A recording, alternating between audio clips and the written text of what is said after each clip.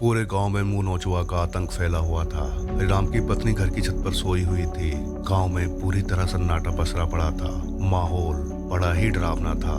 तभी एक आहट से राम की पत्नी की नींद खुल जाती है और जब वो उठकर देखती है तो सामने एक भयानक शैतान खड़ा था जो उनको ही घूर रहा था। इसके बाद क्या हुआ जानेंगे आगे की कहानी में, लेकिन कहानी में आगे बढ़ने से पहले हर बार की तरह अपने इष्ट को याद जरूर कर लें, क्योंकि क्या पता वो शैतान आज रात आपके आसपास भी आ जाए। तो चलिए शुरू करते हैं आज की कहानी।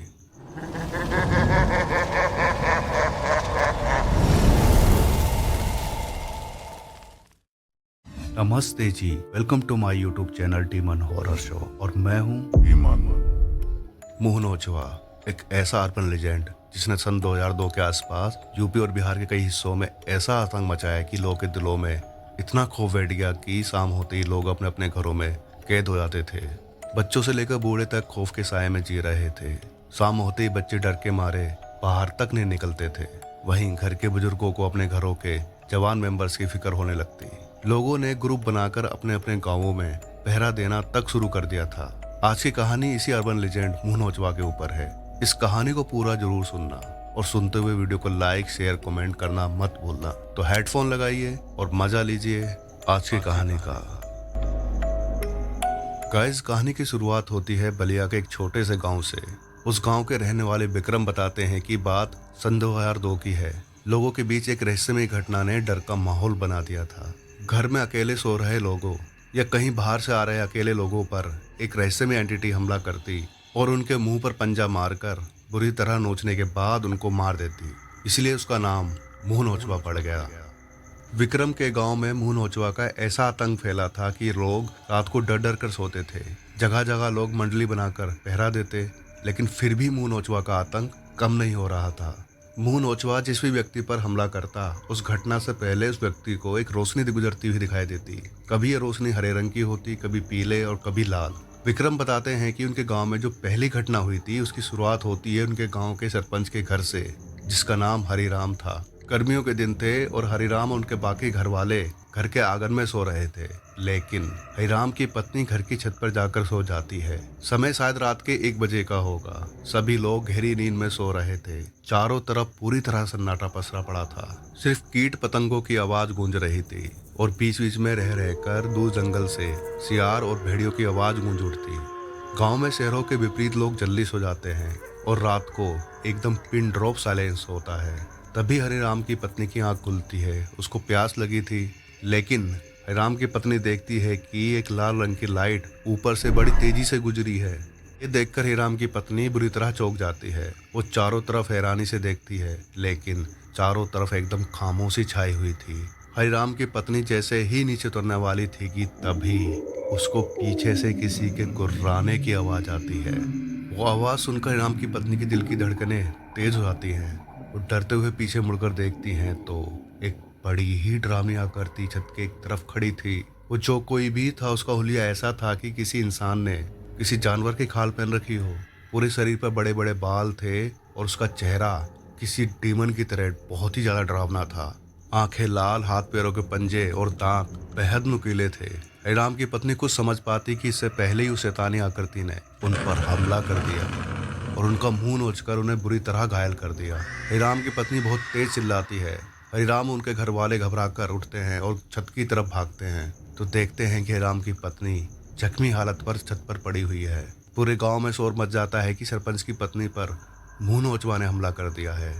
लोग हाथों में लाठी, डंडे और मसाल लेकर सरपंच के घर की तरफ भागते हैं और कुछ लोग जंगल की तरफ भी जाते हैं, लेकिन किसी को कुछ भी नहीं मिलता है। सरपंच की पत्नी को शहर के अस्पताल में ले आया जाता है, जहां डॉक्टर भी उनकी हालत देखकर हैरान थे कि ऐसा किस जानवर ने हमला किया है।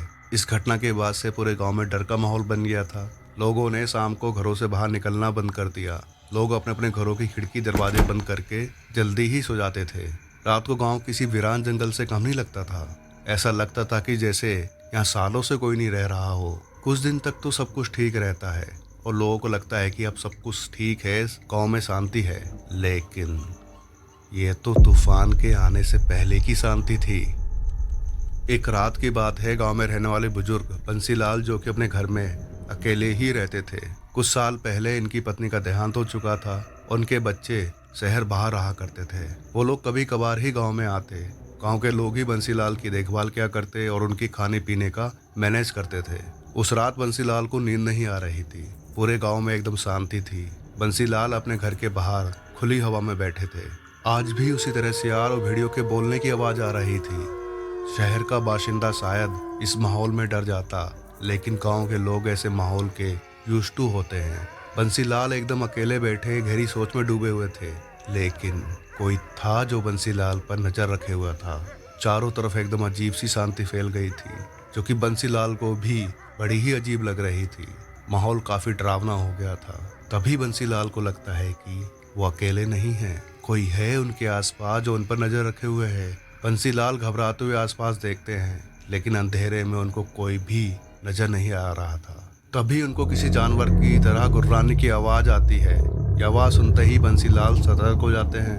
उनका गला सूख गया था, चेहरे और माथे पर पसीना था। वो धीरे से सरकते हुए घर के अंदर की तरफ जाने की कोशिश करते हैं कि तभी वो देखते हैं उनके घर के सामने जो झाड़ियाँ थी, उनके हिलने की और ससराहट की आवाज आती है।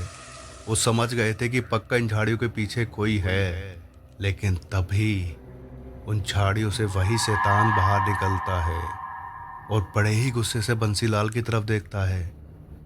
उसका रूप वैसा ही भयानक था जैसा हिराम की पत्नी पर हमला करते समय था। उसको देखते ही बंसीलाल तेजी से चीख मारते हैं, लेकिन वो शैतान उन पर झपट पड़ता है और उनका मुंह नोचकर घायल कर देता है। उनकी आवाज़ सुनकर गांव वाले अपने हाथों में लाठी डंडे और हथियार लेकर उनके घर की तरफ दौड़ते हैं। पूरे गांव में हल्ला मच गया था और जब गांव वाले बंसीलाल के पास पहुंचते हैं तो वो अपनी अंतिम सांसें गिन रहे थे। उन्होंने उन झाड़ियों की तरफ इशारा किया और थोड़े ही समय में वो इस दुनिया को छोड़कर चले गए। पूरा गांव गम में डूब चुका था। शहर से बंसीलाल के बच्चे भी आ जाते हैं। उनका अंतिम संस्कार किया जाता है। पूरे गांव में दहशत का माहौल बन गया था। ये उनके गांव की दूसरी घटना थी। विक्रम कहते हैं दूसरे गांवों की तरह उनके गांव में भी पहरा देना शुरू हो गया था। अब लोग बहुत ज़्यादा सतर्क हो गए थे। गांव के लोग दहशत और डर में जी रहे थे, लेकिन इसके बाद से घटनाएं होना बंद हो गई थी। फिर उसके बाद ऐसी घटना सुनने में नहीं आई। गाइस, अब ये घटनाएं सच थी या झूठ, इसका फैसला मैं आप पर छोड़ता हूँ। मेरा आपसे सवाल है कि जो कोई भी हमले कर रहा था वो सच में कोई शैतान था या फिर जानवर। आप लोग अपना जवाब कमेंट सेक्शन में ज़रूर बताएं और आज की कहानी आपको कैसी लगी वो भी ज़रूर बताएं। उम्मीद करता हूँ आपको ये कहानी ज़रूर पसंद आई होगी, और अगर आई है तो इसको लाइक शेयर कमेंट जरूर करें। अपनी फैमिली फ्रेंड के साथ ज़्यादा शेयर करें। और अगर आप लोग भी अपनी कोई कहानी या कोई घटना हमारे साथ शेयर करना चाहते हैं और चाहते हैं कि मैं अपनी आवाज़ में नरेट करूं, तो आप हमारे दिए गए इंस्टा ID के लिंक और ईमेल ID के लिंक पर शेयर कर सकते हैं। लिंक डिस्क्रिप्शन में मौजूद है। इस तरह की और कहानी सुनने के लिए मेरे चैनल को सब्सक्राइब कर लें, क्योंकि मैं इस तरह की बेहद रोमांचक, सच्ची और डरावनी घटनाएं आप लोगों के सामने लेकर आता रहूँगा। तो मिलते हैं नेक्स्ट वीडियो में। तब तक अपना ध्यान रखें। धन्यवाद।